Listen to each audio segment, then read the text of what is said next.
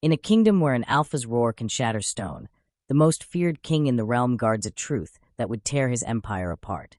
For a century, Leonard has never spoken a single word. The great hall reeks of old iron and smoke from torches that never seem to burn bright enough. Shadows cling to the vaulted ceiling like cobwebs, and the air itself feels heavy, as though the room is holding its breath. Leonard sits motionless on his throne of carved wolf stone, a figure carved from ice and fury. His black plate armor gleams dark as a storm cloud, and the intricate warrior braids that fall over his shoulders frame a face that might have been handsome once, before grief hollowed it out. His gauntlet hands rest on the armrests, but there's a tension in them, a coiled violence that never releases. Around him, lords argue in sharp, desperate voices, their words bouncing off stone and armor like arrows off steel. But Leonard doesn't respond. He hasn't responded in 100 years. They say his silence is a weapon. They say when he finally speaks, the world will crack open. But no one knows the truth. Leonard isn't choosing silence. Silence is choosing him. The scene shifts to the shadowed rafters high above the throne room, where a girl clings to the wooden beams like a hunted animal. Khalam is small and disheveled, her gray kirtle torn at the hem, her long braids dusty and tangled. She shouldn't be here. No one should be here except the lords who feast on Leonard's voiceless reign. But she had nowhere else to run. Her stepsister's betrayal still burns fresh in her mind, and the village that raised her would rather see her crawl than thrive. So she ran. And somehow, she ended up in the most dangerous room in the kingdom, watching a king who cannot scream, surrounded by men who profit from his silence. Khalam presses herself flatter against the beam, her heart hammering so loud she's certain someone below will hear it. Her breath comes in short, panicked gasps. She's just a runaway Omega, worth less than the dirt on a lord's boot. If they find her here, they'll break more than just her spirit. But as she watches Leonard, this frozen statue of a man who radiates such raw, suffocating power, she notices something the bickering lords do not. His hand, encased in black steel, is trembling. Subscribe to see how this unfolds and comment where you're watching from. I will love to say hello to you just to know how. Mira had smiled when she did it. That was the worst part. She'd smiled as she pressed the stolen silver pendant into Khalam's apron pocket, smiled as she called for the village elders, smiled as they dragged Khalam into the square and named her thief. Please, Khalam had begged, her knees scraping against the dirt. I didn't, Mira, tell them. But Mira only tilted her head, her perfect blonde braids catching the afternoon sun, and said in that sweet, poisoned voice, Poor Khalam, always taking what isn't hers. The elders had been merciful in their way. They didn't break her hands. They simply marked her, a brand of shame across her left shoulder blade, hot iron searing through fabric and flesh, and told her to leave. Before dawn. Before anyone had to see her crawl away. So Khalam ran. She ran through the forest with nothing but the torn clothes on her back and the burns screaming against her skin. She ran until her lungs felt like they'd collapse, until the village lights disappeared behind her, until she stumbled through the gates of the capital city and realized she had no plan, no coin, no future. The castle loomed ahead, all black stone and sharp towers that looked like they could pierce the sky. She'd only meant to hide in the gardens, to catch her breath and figure out where to go next. But the guards had been changing shift, and the side door to the servants' entrance had been left unbarred, and Khalam had slipped inside before she could think better of it. Now she's here, clinging to a rafter beam in the throne room of the most dangerous man in the kingdom, watching him sit in perfect, terrible stillness while his court tears itself apart below. The eastern border needs reinforcements. A broad-shouldered lord slams his fist on the table, making the torches shudder. We've lost 3 outposts in a month. Then perhaps the king should actually give us orders instead of. Another lord gestures sharply at Leonard, sitting there like a corpse. Leonard doesn't move, doesn't even blink. Khalam's fingers ache from gripping the beam. Her breathing has slowed, but her heart still pounds against her ribs. She should leave. Climb down while they're distracted, slip back the way she came, disappear into the city streets before anyone notices. But she can't look away from him. The king sits like carved stone, but there's something wrong beneath the surface. Something fractured. His armor catches the torchlight, throwing shadows across his face, and those warrior braids frame features that look like they've been holding the same expression for far too long: grief, rage, and something deeper. Something that feels like drowning. And his hand, that trembling, gauntlet hand. Your Majesty. An older man steps forward, his voice oily with false respect. He wears the deep purple robes of a high advisor, and his smile doesn't reach his eyes. Perhaps we should adjourn for the evening. The court has pressing matters to discuss in private. The other lords exchange glances. There's something unspoken passing between them, something that makes Khalam's skin crawl. Leonard inclines his head. Just once. A silent dismissal. The lords file out, their voices fading into the corridor beyond. The advisor lingers, his gaze sweeping the room one final time before he too departs, and then silence. The kind of silence that feels like it has weight. Leonard remains on his throne, unmoving. The torches crackle. Somewhere in the castle, a door slams. Khalam should go. She should absolutely go. But her legs won't cooperate. And worse, her lungs are starting to burn from holding her breath for so long, and her vision is beginning to blur at the edges, and she gasps. It's a small sound, barely more than an exhale. But in the cavernous silence of the throne room, it echoes. Leonard's head snaps up. Chapter 2, The Forbidden Hall. Khalam freezes. The king's gaze sweeps the empty hall, searching. His eyes are gray, the color of winter storms, and even from this distance she can see the sharpness in them. The awareness. He knows someone is here. Khalam presses herself flatter against the beam, with digging into her ribs. Don't breathe. Don't move. Don't even think too loud. Leonard rises from his throne. The movement is slow, deliberate, and somehow more terrifying than if he'd lunged. His armor shifts with a sound like distant thunder, and when he takes a step forward, the stone floor seems to shudder beneath his weight. He's looking up now, directly at the rafters. Khalam's heart hammers so hard she's sure he can hear it. She's going to die here. They'll find her body broken on the throne room floor, and no one will care. No one will even ask her name. But Leonard doesn't call for guards. He doesn't speak at all. Instead, he stands there, perfectly still, his head tilted at an angle that suggests he's listening. Waiting. The seconds stretch like hours. Then slowly, Leonard turns and walks toward the far side of the hall. His footsteps echo in the emptiness, each one measured and precise.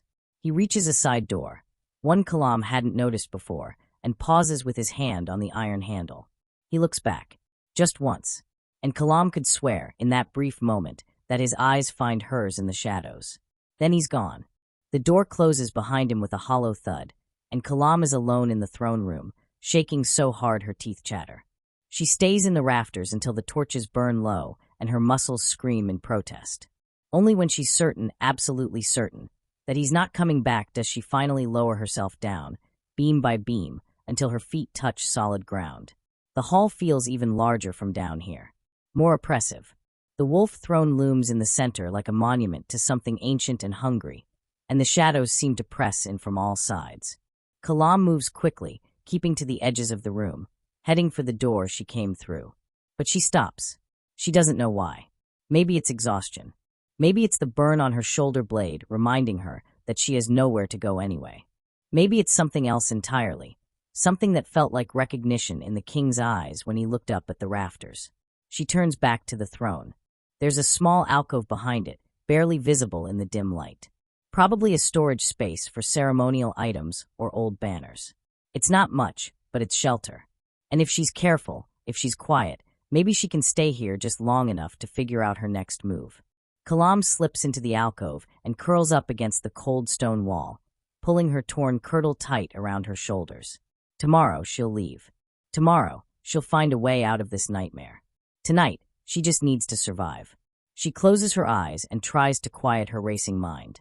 That's when she hears it. Footsteps. Returning. Chapter 3, The Unconscious Song. Khalam's eyes snap open. The footsteps are slow, measured. Getting closer.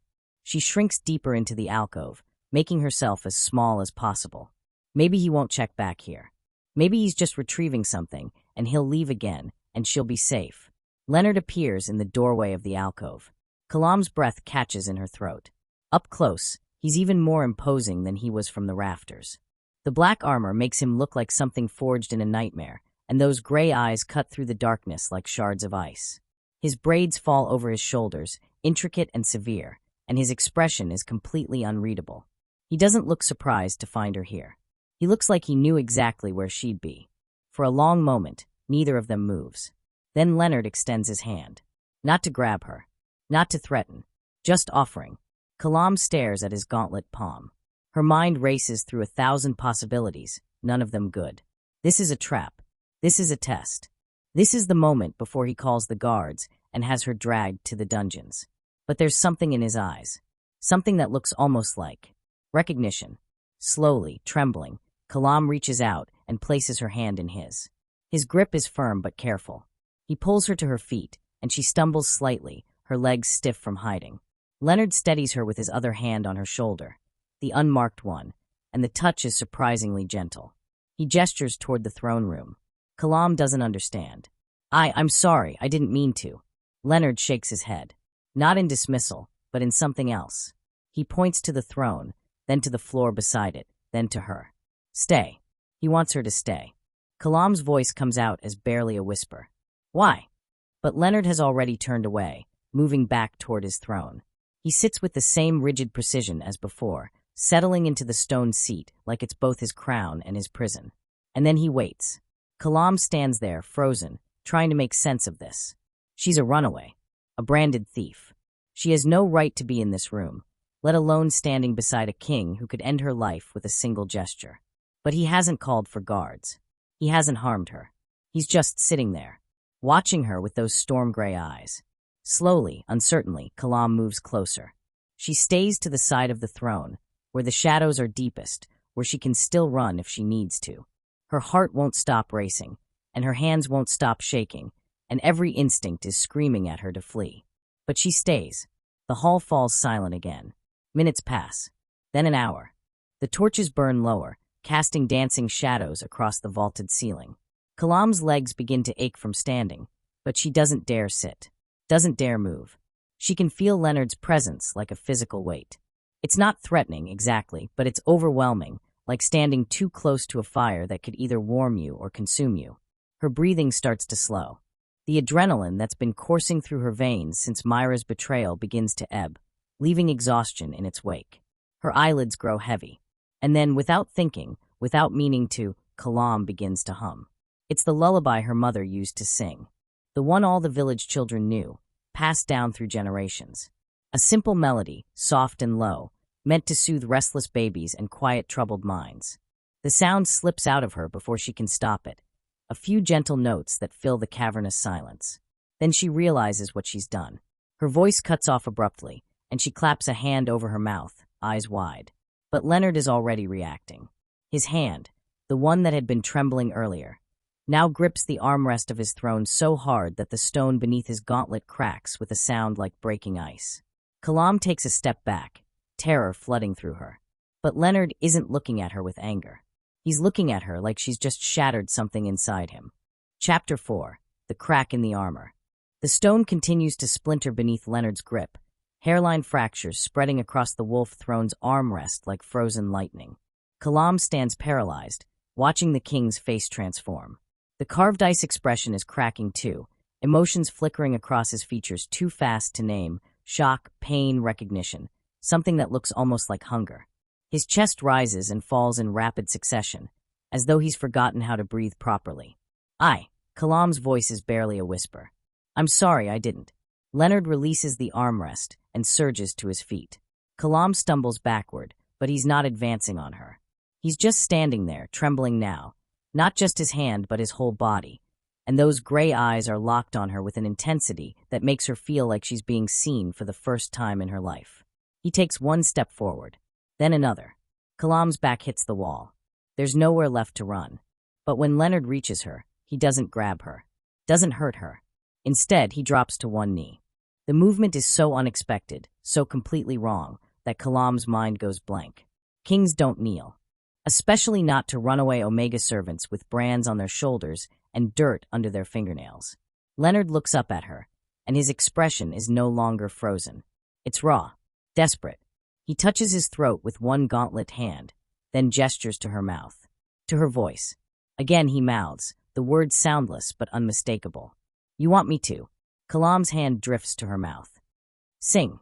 Leonard nods once, sharp and certain. Every rational part of Khalam's brain is screaming that this is madness, that she should run, should hide, should never have come here in the first place.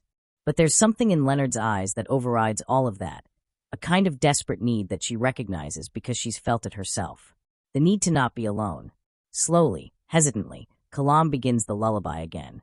Her voice is quiet at first, rough from fear and exhaustion. But as the melody continues, it grows stronger, filling the vast emptiness of the throne room with something warm and achingly human. Leonard's eyes close. The tension in his shoulders doesn't release, but it shifts, transforms from the coiled violence she'd seen earlier into something else. Something that looks like a man who's been drowning for 100 years, finally breaking the surface. Khalam sings the first verse, then the second. The words are simple, telling of moonlight and safe harbors, of wolves who guard their young and kings who protect their people.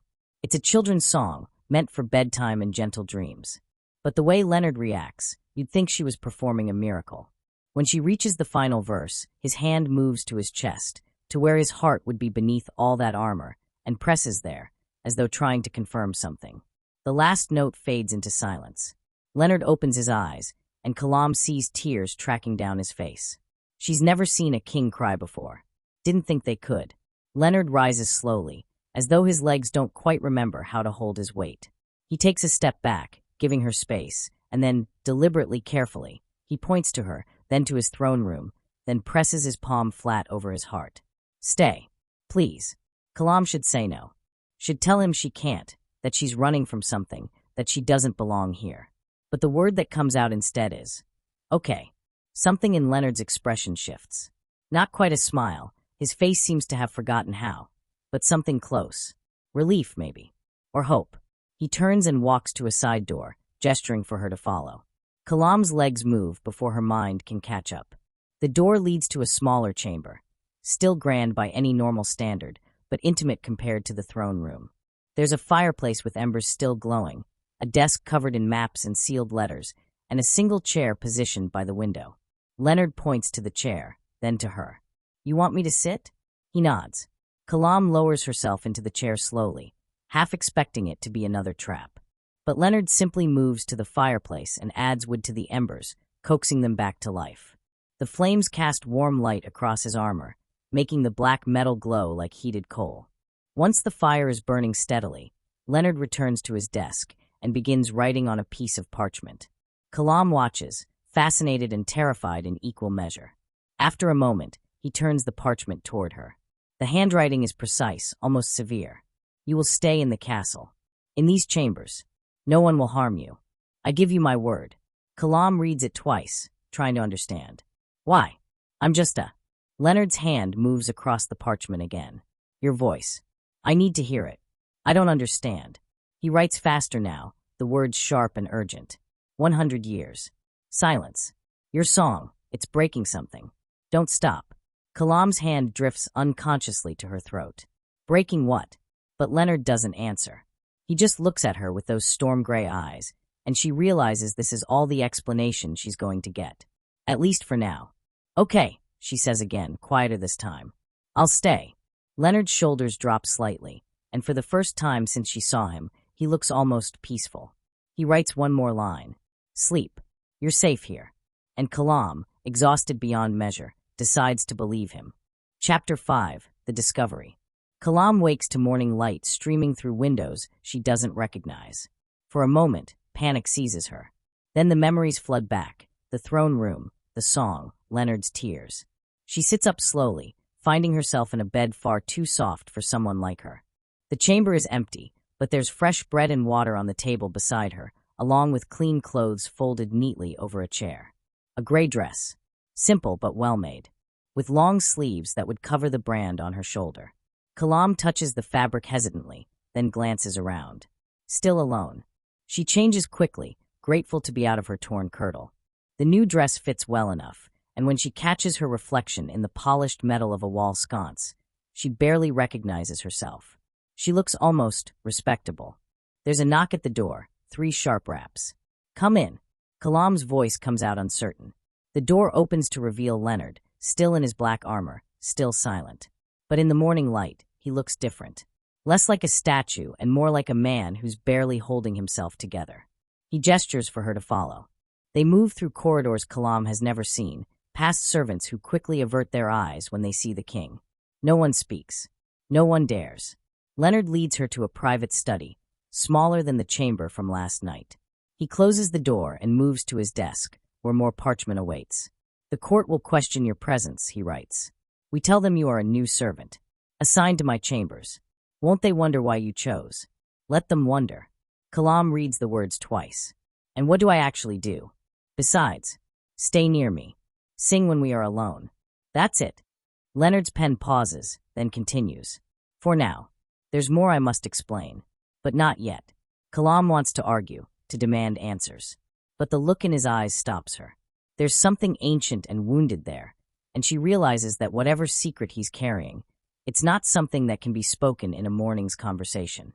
Okay, she says, for what feels like the 100th time. Leonard nods once, then writes. The court meets this afternoon. You will attend. Stay silent. Observe. Observe what? Who benefits from my silence?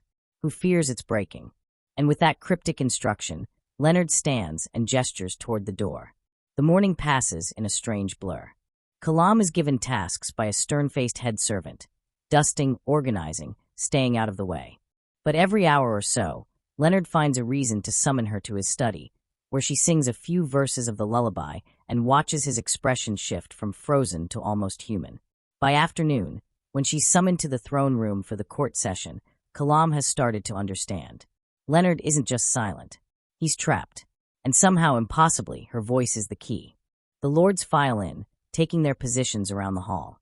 The purple-robed advisor from yesterday stands closest to the throne, his smile oily as ever. Your Majesty, he says, bowing low. I trust you slept well. Leonard inclines his head. The advisor's eyes drift to Khalam, standing in the shadows beside the throne. And who is this? A new servant. One of the other attendants answers before Khalam can speak. Assigned to His Majesty's chambers. How unusual. The advisor's smile doesn't waver, but his eyes narrow. We already have staff for the king's quarters. Leonard raises one hand, a clear gesture to drop the subject. The advisor bows again, but Khalam doesn't miss the way his gaze lingers on her. Calculating. Suspicious. The session begins. Lords argue about borders and taxes and disputes over land. Leonard sits motionless, communicating only through gestures and the occasional written note passed by an attendant. But Khalam is watching the advisor. The way he steers conversations. The way he interprets Leonard's gestures to mean what he wants them to mean.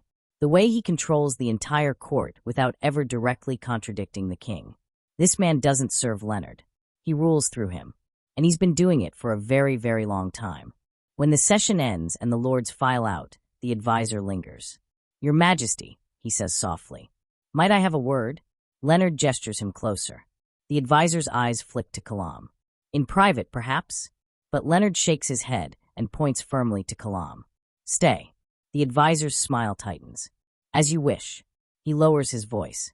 I've received troubling reports about the eastern border. The situation is delicate. Perhaps it's time we discussed more permanent solutions. Leonard's expression doesn't change. Solutions that might require. The advisor pauses. Difficult choices. Leonard raises one eyebrow, a clear question. We could seal the border entirely, the advisor continues smoothly. Stop the bleeding before it spreads. Of course, it would mean sacrificing the outposts, the soldiers, but for the greater good. Leonard slams his fist on the armrest. The sound echoes like a thunderclap.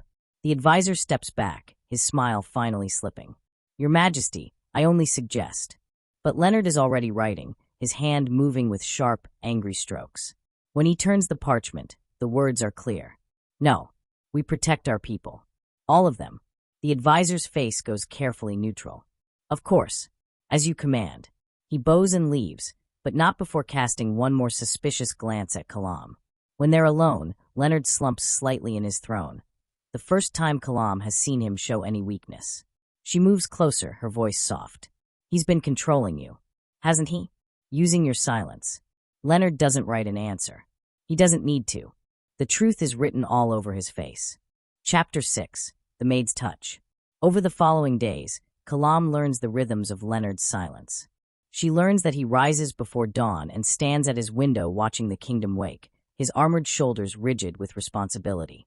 She learns that he writes constantly, letters to border commanders, orders for provisions, strategies for defense. all of which pass through the advisor's hands before reaching their destinations. She learns that his silence isn't peaceful. It's a prison with invisible bars. And she learns that when she sings, something in him comes alive. It happens in stolen moments. When the court is dismissed and the halls are empty, Leonard summons her to his study. Sometimes he asks for the lullaby. Other times, he simply gestures for her to sing anything, village songs, working tunes, half-remembered melodies from her childhood. He never speaks, but his face tells her everything. The way his eyes close when she reaches certain notes. The way his breathing steadies. The way his hand unconsciously moves to his chest, as though her voice is reaching something buried deep inside him. On the 5th day, Khalam notices something else. Leonard is injured. It's subtle. He moves with such rigid control that it's easy to miss. But when he removes his gauntlets to write, she sees the raw patches on his wrists where the armor has worn away skin. When he shifts in his throne, there's a barely perceptible wince. That evening, after the court session ends, Khalam doesn't wait to be summoned. She follows Leonard to his chambers and closes the door behind her. He turns, surprised. "You're hurt," she says simply. Leonard shakes his head, but Khalam crosses her arms. "I can see it. The armor. When did you last take it off?" He doesn't answer. Instead, he moves to his desk, reaching for parchment. But Khalam is faster. She steps between him and the desk, her chin lifted in stubborn determination. "Stop writing and listen. You can't help your people if you're falling apart. Let me."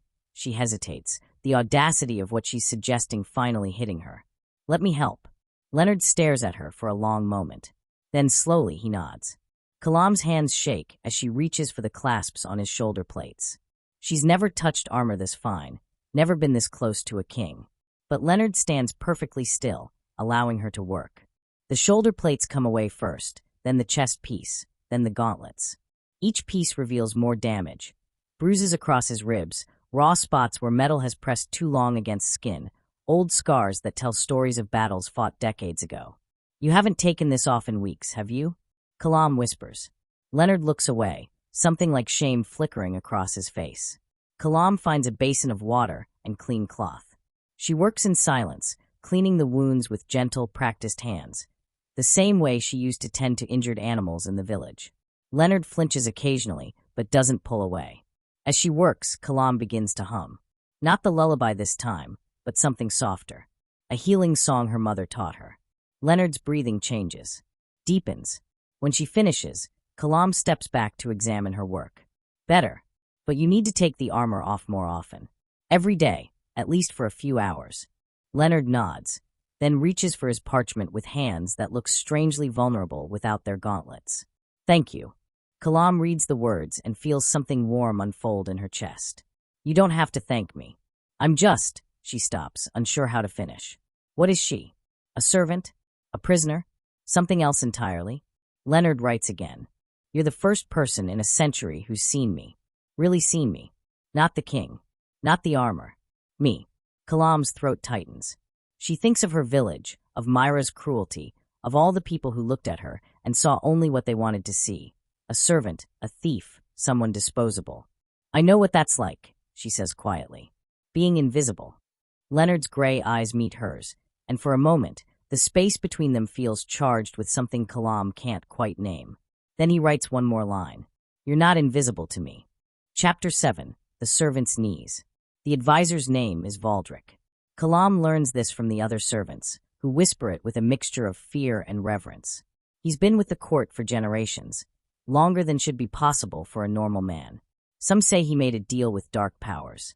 Others say he's the one who cursed the king in the first place. No one says it loud enough for him to hear. Khalam also learns that she's being watched. She notices it in small things. The way conversations stop when she enters a room. The way certain servants track her movements.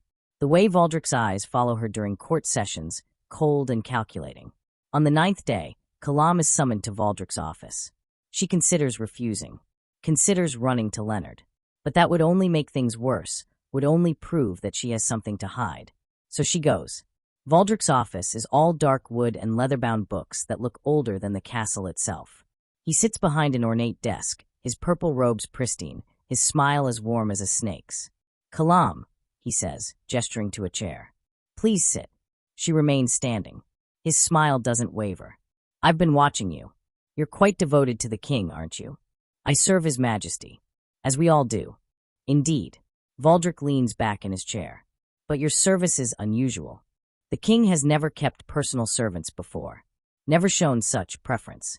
Khalam's heart pounds, but she keeps her face neutral. I don't know what you mean. Don't you? Valdric's eyes narrow. You spend hours alone with him. You attend court sessions. You've been given chambers near his own. He stands, moving around the desk with predatory grace. What exactly does the king need from you? I clean. I organize. I follow orders. Liar. The word cracks like a whip.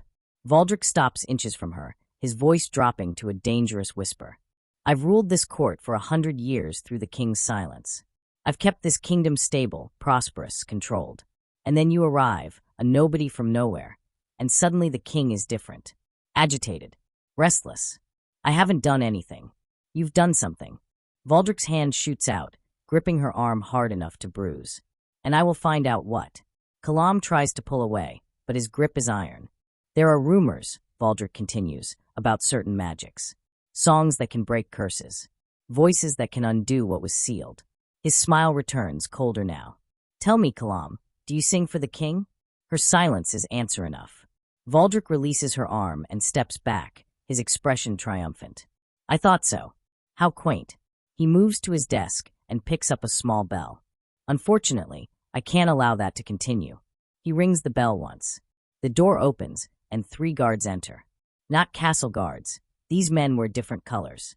Valdric's personal soldiers.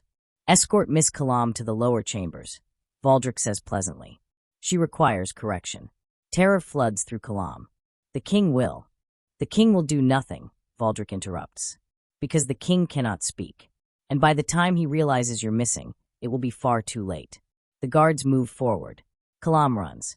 She makes it 3 steps before they catch her, hauling her backward. She screams, kicks, fights with everything she has. But there are 3 of them, and they're trained soldiers, and she's just a runaway servant girl who weighs nothing. They drag her down corridors she doesn't recognize, down stone stairs that spiral into darkness, down to a place where the torches burn low and the air smells of old blood and older magic. The lower chambers are exactly what Khalam feared. Cells, torture rooms, places where people disappear. Valdric follows them down, his footsteps echoing like a death knell. The thing about curses, he says conversationally as they throw Khalam into a cell, is that they require very specific conditions to break. The king's curse was designed to last forever, but certain interruptions could destabilize it. Songs, for instance. Emotional connections. He kneels outside the bars, his face a mask of false sympathy. So we must remove those interruptions. You're insane. I'm practical. Valdric gestures to the guards. Hold her. They drag Khalam back out of the cell. She struggles, but it's useless. They force her to her knees on the stone floor, holding her in place. Valdric produces an iron rod from his robes. The tip glows red-hot. This will ensure you never kneel before the king again, he says, and that you never run to him for help. Khalam's scream echoes through the chambers as the rod descends toward her legs. But before it can make contact, the entire castle shakes. Dust rains from the ceiling. The torches flicker. And from somewhere far above comes a sound that Khalam has never heard before. A roar. Not animal. Not human. Pure fury. Valdric's face goes white. No, that's impossible. The door at the top of the stairs explodes inward. Leonard stands in the doorway, and he is terrifying. His armor seems darker somehow, his eyes blazing with an intensity that makes the guards stumble backward. He descends the stairs with deadly purpose, each footstep like a hammer blow. Valdric drops the iron rod. Your Majesty, I can explain. Leonard's fist connects with Valdric's face. The advisor crashes into the wall and crumples. Then Leonard is at Khalam's side, his hands, gentle despite their strength, helping her to her feet. She collapses against him, her knees buckling from terror and relief. Leonard's arms close around her, and Khalam feels his chest heaving against her cheek. He's trembling again, but this time it's not from grief. It's from rage barely contained. He pulls back just enough to examine her, his eyes sweeping over her for injuries. When he sees the bruises on her arm from Valdric's grip, something in his expression goes absolutely cold. He turns back to Valdric, who's struggling to stand, blood streaming from his nose. Please, Valdric gasps. Your Majesty, she was going to destroy everything. Leonard picks up the iron rod. Valdric's eyes widen. No, wait. But Leonard doesn't strike him. Instead, he grips the rod with both hands and bends it, the metal shrieking in protest, until it's nothing but twisted, useless slag. Then he throws it at Valdric's feet. The message is clear. Touch her again, and you're next. Leonard scoops Khalam into his arms and carries her up the stairs, leaving Valdric and his guards in the darkness below. Chapter 8. The Silent Vow. Leonard carries Khalam all the way to his chambers, ignoring the shocked stares of servants and guards alike. He kicks the door shut behind them and sets her down gently on his bed. His hands are shaking as he examines her legs, checking for damage. The guards hadn't had time to hurt her, but the terror is still written across her face. Leonard's jaw clenches. He looks murderous. I'm okay, Khalam whispers. You got there in time. But Leonard isn't reassured. He moves to his desk and writes with sharp, angry strokes. I should have protected you. Should have seen this coming. How could you have known? I knew. The words are underlined 3 times. I knew Valdric was dangerous. Knew he'd see you as a threat. And I did nothing. Khalam pushes herself off the bed and crosses to him, grabbing the pen from his hand. Stop. You saved me. That's what matters. Leonard stares at her, his gray eyes swimming with something that looks like anguish. Then, slowly, he sinks to his knees before her. It's the same gesture he made the first night, this impossible act of a king kneeling to a servant. But this time, it means something different. This time, it's not a plea for her to sing. It's an apology. It's a vow. Khalam's hand moves to his face, her fingers trembling as they brush against his cheek. Get up, please. You don't need to. But Leonard catches her hand and presses it to his chest, over his heart. His eyes close, and Khalam feels the rapid pounding beneath her palm. Proof that he's not made of stone, not frozen, not untouchable. He's a man who's been alone for 100 years. And he's terrified of losing her. I'm not going anywhere, Khalam whispers. I promise. Leonard's eyes open, and the vulnerability in them nearly breaks her heart. He stands slowly, her hand still pressed to his chest. For a moment, they're frozen like that, a runaway servant and a cursed king, standing in the ruins of what should have been impossible. Then Leonard reaches for his parchment one more time. The words he writes are simple but earth-shattering. I will find a way to speak. For you. I swear it. Chapter 9. The Breaking. The lunar eclipse arrives 3 days later. The servants whisper that it's a bad omen. That darkness covering the moon means darkness rising in the kingdom. Khalam tries to ignore the superstitions, but there's a tension in the air that's impossible to dismiss. Leonard feels it too. He's been on edge all day, his movements sharp and agitated. During the court session, he barely sits still, and Valdric, sporting a broken nose and 2 black eyes, watches him with barely concealed fury. The eastern border has fallen. One of the lords announces grimly. 3 more outposts lost. We need immediate reinforcements. Or, Valdric says smoothly, we need new leadership. The hall goes silent. What are you suggesting? Another lord demands. Valdric stands, his purple robes sweeping dramatically. I'm suggesting that a king who cannot speak cannot lead. Not in times of war. Not when our people are dying. He turns to Leonard. I've served this crown faithfully for a century, but perhaps it's time for change.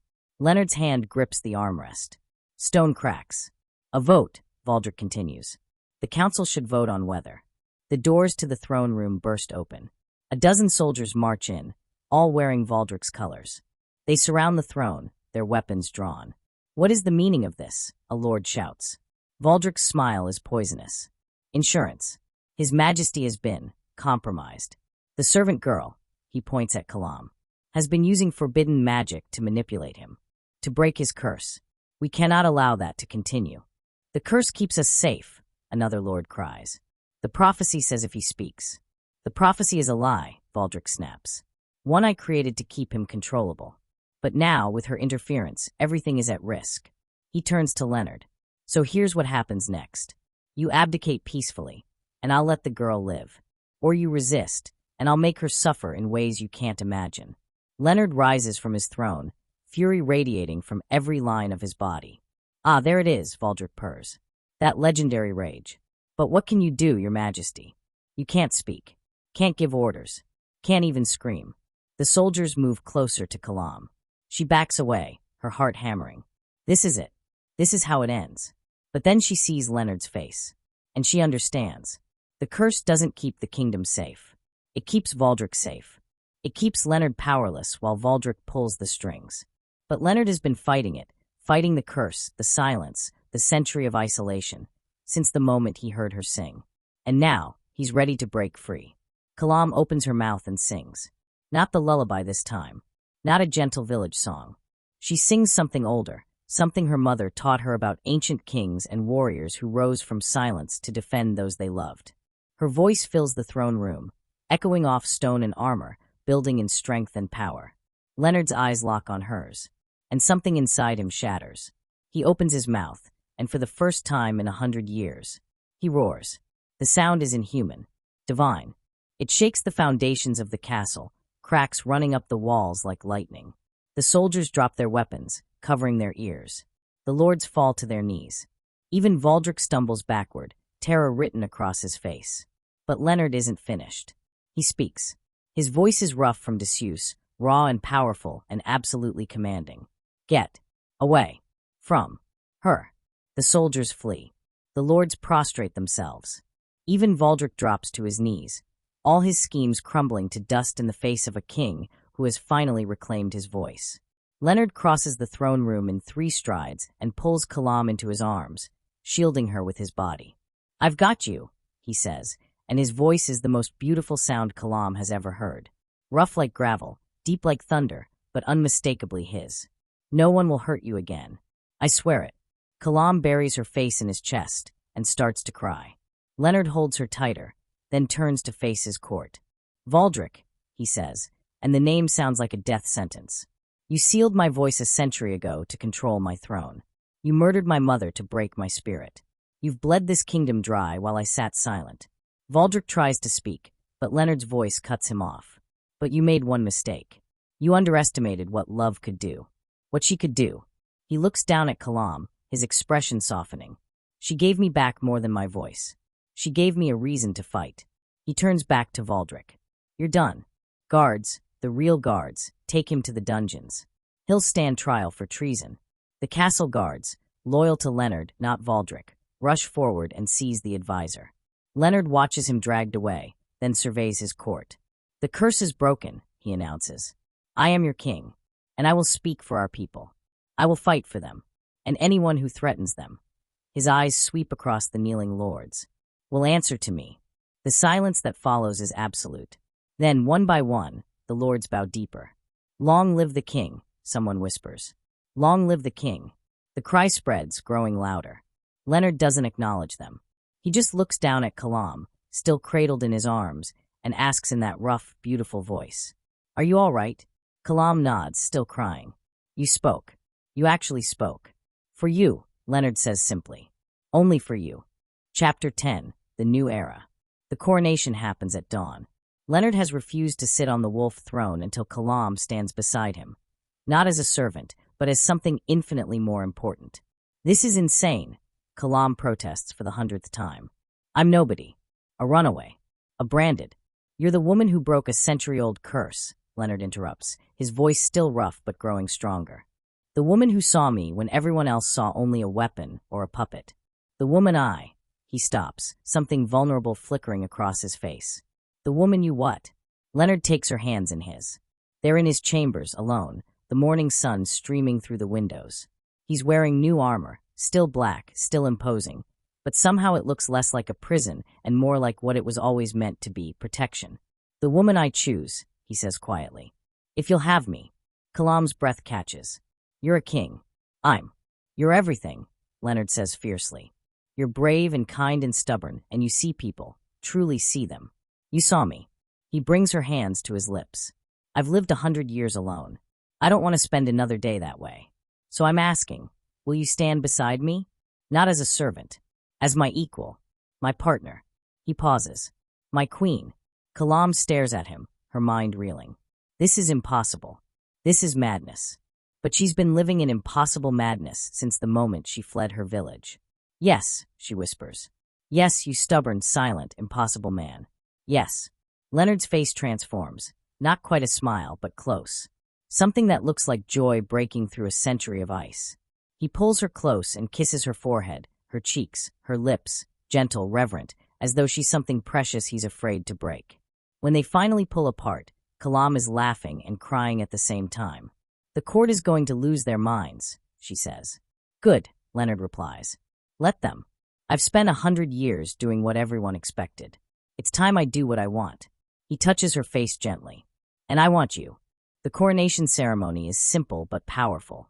Leonard stands before his court, now stripped of Valdric and his conspirators, and speaks in that rough, commanding voice.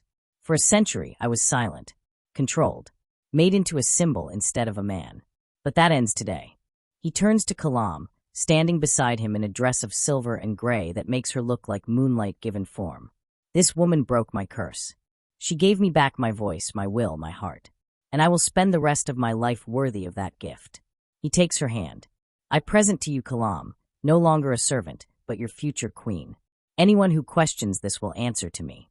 Anyone who threatens her will not live to see another dawn." His gray eyes sweep across the lords, daring them to object. "Are we clear?" The lords kneel. "Long live Queen Khalam," someone says. The cry spreads, filling the throne room. "Long live Queen Khalam. Long live the king." Leonard helps Khalam onto the dais beside the wolf throne. Then, deliberately, he kneels before her, the same way he did that first night, that moment of vulnerability that changed everything. "You don't have to," Khalam starts. But Leonard takes her hand and presses it to his heart, just like before.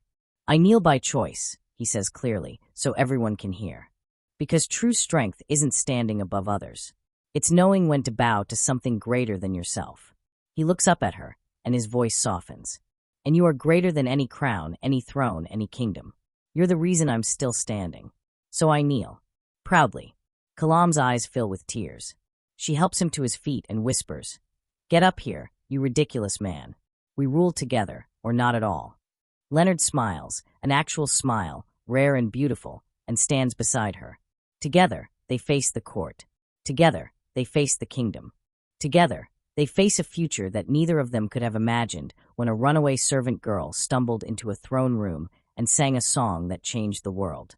"This is our new era," Leonard announces, his voice carrying to every corner of the hall. "No more silence. No more shadows. We lead with truth and strength and love." He squeezes Khalam's hand. "And we lead together." The court roars its approval. And in that moment, Khalam finally understands. She's not nobody anymore. She's not invisible or disposable or worthless. She's seen. She's chosen. She's loved. And that makes her more powerful than any curse ever could. Thanks for watching. Don't forget to like, subscribe, and comment. It really helps the channel grow. See you in the next video.